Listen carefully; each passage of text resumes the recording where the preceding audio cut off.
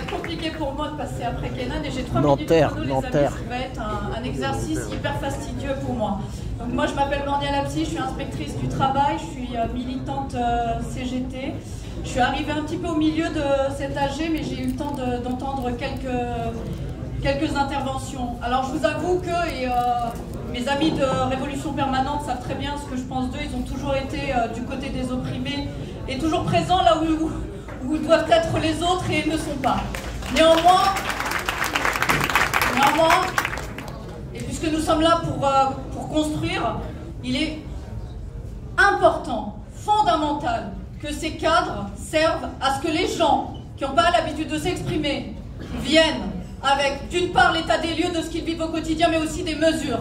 C'est la seule manière pour nous tous d'innover et de sortir du système capitaliste, impérialiste, institutionnel dans lequel nous sommes enfermés. La preuve en est, c'est que nous avons été enfermés dans le calendrier même que nous dénonçons aujourd'hui, celui de l'intersyndicale et de nos gouvernants. Nous avons, malgré un été où des lambdas se sont organisés, répondu finalement à l'injonction après le 10 de ne rien faire et de participer au 18 après. Et de nouveau aujourd'hui en réalité, parce que ça devient instinctif chez nous, eh bien nous nous inscrivons dans le 2 sans envisager ce qui peut se passer au milieu.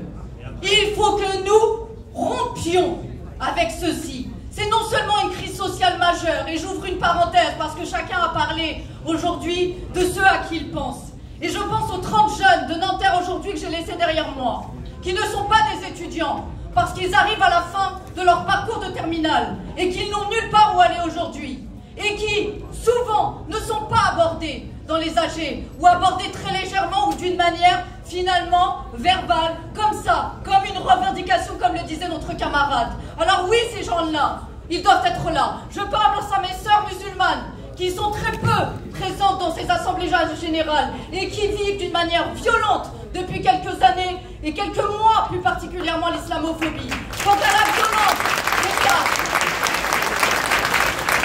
et la violence policière, mes amis, que vous avez vécu ces derniers temps, je vous en prie, et particulièrement parce que je suis ici au milieu de mes amis de Révolution Permanente, non, ce n'est pas hors norme. Oui, il y a 2 ans, 4000 jeunes ont été déférés parce qu'ils se sont révoltés. Non, cette violence n'est pas exceptionnelle, elle est systématique. Que là, s'agissant des opprimés, gardez-le en tête si vous souhaitez que les jeunes des quartiers populaires et les gens des quartiers populaires vous rejoignent. Il n'est pas uniquement question de la police, comme l'a dit tout à l'heure mon camarade, mais de leur quotidien, de l'humiliation qu'ils vivent par l'école, les mêmes, mes amis qui sont là, des professeurs, l'école qui les discrimine et qui les exclut, les proviseurs qui les passent devant les conseils de discipline, leurs mères qui sont exposées et leurs pères aux conditions de travail les plus dégueulasses.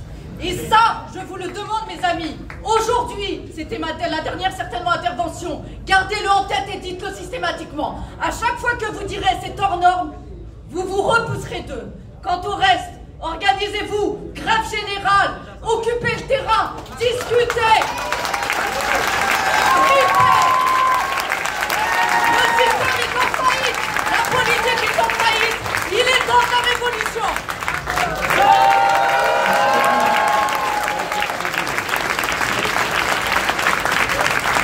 Les camarades, quelques mots de conclusion déjà. Merci madame, merci.